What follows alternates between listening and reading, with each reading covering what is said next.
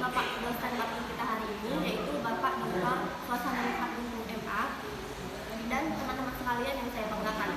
Ya, hari ini kita kembali melakukan kegiatan kita perkuliahan dalam bentuk presentasi. Mereka dari kelompok 4 yang terdiri dari 2 orang. Presentator pertama yaitu Ahmad Fadil Hasibuan dan presentator kedua Fadri Fadila Tambuna. Saya Fitri Auliani selaku moderator. Pada hari ini mereka akan presentasikan makalah mereka yang berjudul paragraf. Untuk mempersingkat waktu, langsung saja presentator pertama menjelaskan isi makalahnya. Mohon teman-teman untuk memperhatikan dengan baik dan seksama. Pada presentator pertama, Ahmad Fadil Hasibuan, dan silakan. Definisi paragraf. Setiap orang yang membaca satu tulisan atau buku media massa maka akan menemukan paragraf. Karena paragraf adalah bagian karangan yang terdiri atas beberapa kalimat yang berkaitan secara utuh dan padu serta membentuk satu kesatuan pikiran rohani dan nasuha. Paragraf adalah kelompok kalimat yang saling berhubungan dan bersama-sama menjelaskan satu unit pokok pikiran. Wianto 2004. Jika dilihat dari pendapat para ahli, pada dasarnya mereka mempunyai pandangan yang sama mengenai paragraf. Paragraf menandakan letak di mana suatu tema dimulai dan berakhir. Oleh karena itu, pembentukan sebuah paragraf sekurang-kurangnya mempunyai tujuan: satu, memudahkan pengertian atau pemahaman dengan menceraikan suatu tema dengan tema yang lain. Oleh karena itu, tiap paragraf hanya boleh mengandung satu tema. Jika terdapat 2 tema, maka paragraf tersebut harus dipecah menjadi 2 paragraf. 2, memisahkan dan menegaskan perhatian secara wajar dan normal untuk memungkinkan kita berhenti lebih lama daripada perhatian pada akhir kalimat. Dengan perhentian yang lebih lama ini memungkinkan konsentrasi terhadap tema paragraf lebih terarah. Syarat paragraf. Seperti halnya kalimat, sebuah paragraf juga harus memenuhi syarat-syarat tertentu. Setidaknya ada 3 syarat yang harus dipenuhi oleh paragraf, yaitu 1. Kesatuan, 2. Koherensi, dan 3. Kelengkapan atau kecukupan pengembangan paragraf. 1. Kesatuan. Setiap paragraf hanya mengandung satu wawasan pokok atau satu topik.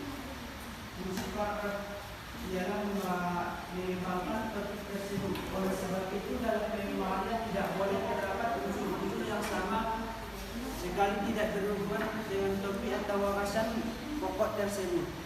Menurut bahasa, kesatuan dalam sebuah paragraf hanya terbentuk apabila informasi-informasi dalam paragraf ini tetap dikendalikan oleh gagasan utama. Agar kesatuan yang dapat dicapai, penulis senantiasa mengevaluasi kalimat-kalimat yang ditulisnya di erat hubungannya dengan gagasan utama. 2. Koherensi. Syarat kedua yang harus dipenuhi oleh sebuah paragraf ialah koherensi atau kepaduan. Suatu paragraf bukanlah merupakan kumpulan atau tumpukan kalimat yang masing-masing berdiri sendiri atau terlepas, tetapi dibangun oleh kalimat-kalimat yang mempunyai hubungan timbal balik. 3. Kelengkapan atau kecukupan pengembangan paragraf. Suatu paragraf dikatakan lengkap apabila berisi kalimat-kalimat penjelas yang cukup untuk menunjang kejelasan kalimat topik atau kalimat utama. Rahmadi dan Nasuha. Syarat ketiga pembentukan paragraf yang baik adalah adanya kelengkapan. Kelengkapan paragraf ini diperlukan sebab informasi yang disampaikan dapat tuntas. Jenis-jenis paragraf. Jenis-jenis paragraf berdasarkan sifat dan tujuannya. Paragraf pembuka. Tiap jenis karangan akan mempunyai paragraf yang membuka atau menghantar karangan itu atau menghantar pokok pikiran dalam bagian karangan itu. Oleh sebab itu, sifat dari paragraf semacam itu harus menarik minat dan perhatian pembaca, serta sanggup menyiapkan pikiran pembaca kepada apa yang sedang diuraikan. B. Paragraf penghubung. Paragraf penghubung adalah semua paragraf terdapat di antara paragraf pembuka dan paragraf penutup. Inti persoalan yang akan dikemukakan penulisan terdapat dalam paragraf ini. Oleh sebab itu, dalam membentuk paragraf penghubung harus diperhatikan agar hubungan antara suatu paragraf dan paragraf yang lainnya itu teratur dan disusun secara logis. C. Paragraf penutup. Paragraf penutup adalah paragraf yang dimaksudkan untuk mengakhiri karangan atau bagian karangan.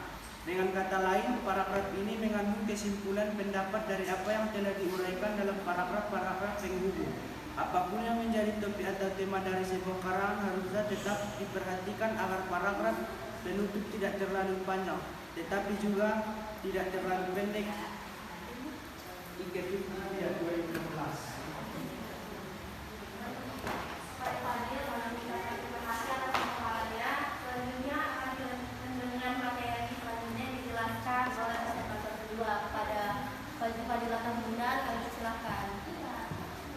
Jenis paragraf berdasarkan letak kalimat utama.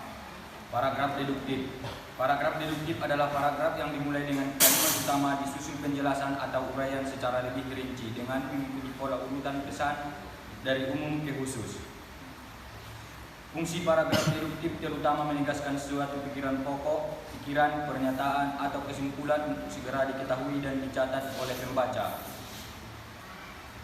Paragraf induktif. Paragraf induktif adalah paragraf yang dimulai dengan kalimat penjelas yang menekankan bagian-bagian atau unsur terkecil, disusul dengan penjelasan bagian-bagian yang lebih besar sebelum kemudian diakhiri dengan kesimpulan atau kalimat penegas. Pengembangan paragraf. Gagasan dalam pengembangan paragraf perlu dikembangkan atau dirinci agar pembaca memperoleh makna yang ingin disampaikan oleh penulis. Pengembangan paragraf dapat dilakukan dengan 3 cara. Memberikan contoh. Biasanya pembaca senang membaca paragraf-paragraf yang dikembangkan dengan cara memberikan contoh atau fakta. Memberikan alasan-alasan. Cara ini cukup sering ditemukan, yaitu apa yang dinyatakan di dalam kalimat dianalisis berdasarkan logika, dibuktikan dengan uraian-uraian yang logis dengan menjelaskan sebab-sebab mengapa demikian. Bercerita. Biasanya penulis mengungkapkan kembali peristiwa-peristiwa yang sedang atau sudah berlalu. Jika ia mengembangkan paragraf dengan cara bercerita, ia berusaha membuat apa yang diceritakannya hidup kembali. Baik, selesai sudah pemaparan yang sudah dijelaskan oleh kedua presentator kita hari ini. Terima kasih kepada Fadil dan Fadri. Baiklah, kita pindah ke sesi diskusi di mana kalian bisa bertanya, menanggapi, ataupun menyangga. Kepada teman-teman yang ingin bertanya, menyangga, atau menanggapi, dipersilakan.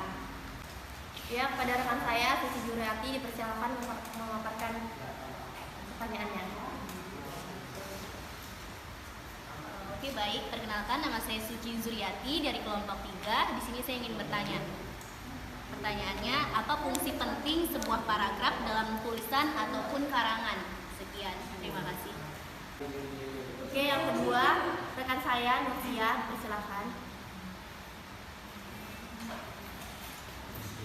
Perkenalkan, nama saya Nursia dari kelompok 1. Pertanyaan saya, apa yang dapat dilakukan agar paragraf yang kita tulis dapat mengalir dengan baik dan tidak kaku? Demikian, terima kasih. Oke, yang ketiga, rekan saya, Rian Dwi Cahya, dipersilakan.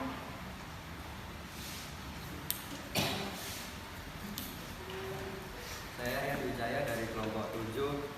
Saya ingin bertanya kepada kelompok 6, bagaimana cara kita menemukan paragraf dari dalam sebuah teks atau tulisan?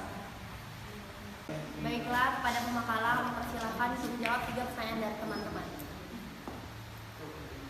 Baik, saya akan menjawab pertanyaan Suci dari kelompok 3. Apa fungsi penting sebuah paragraf dalam tulisan ataupun karangan? Jawabannya, paragraf berfungsi untuk memudahkan pengertian dan pemahaman pembaca. Paragraf juga berfungsi untuk memisah bagian uraian agar memudahkan pembaca. Bagaimana saudara Suci? Apakah jawabannya jelas dan dapat dipahami? Jawabannya dapat saya pahami. Terima kasih. Lanjut pada pertanyaan yang kedua dari saudari Nursia. Apa yang dapat dilakukan agar paragraf yang kita tulis dapat mengalir dengan baik dan tidak kaku? Jawabannya, sebuah paragraf dapat mengalir dengan baik ketika penulis memperhatikan kohesi dan koherensi dari paragraf tersebut. Penulis dapat menggunakan kata penghubung yang tepat serta memperhatikan induk kalimat. Bagaimana saudari seperti saya? Apakah jawabannya jelas dan dapat dipahami? Jelas dan dapat saya pahami. Terima kasih. Selanjutnya pertanyaan dari saudara Rian Dwi Cahya. Bagaimana cara kita menemukan paragraf dalam sebuah teks atau tulisan? Paragraf biasa ditandai dengan baris pertama yang mencorok ke dalam, sedangkan jika tidak menemukan yang demikian, paragraf bisa ditemukan pada kelompok kalimat yang dipisahkan dengan spasi lebih besar. Baik, bagaimana saudara Rian Dwi Cahya? Apakah jawabannya jelas dan dapat dipahami? Ya, dapat saya pahami. Ya, terima kasih kepada teman-teman yang sudah bertanya. Karena keterbatasan waktu, saya tutup sesi diskusi ini. Baiklah, demikian presentasi dari mereka kelompok 6. Saya selaku moderator mengucapkan mohon maaf atas segala kekurangan. Dan terima kasih kepada teman-teman yang sudah memperhatikan. Sampai jumpa di presentasi selanjutnya. Hidup kesepian tanpa kekasih. Cukup sekian dan terima kasih. Wassalamualaikum warahmatullahi wabarakatuh. Waalaikumsalam.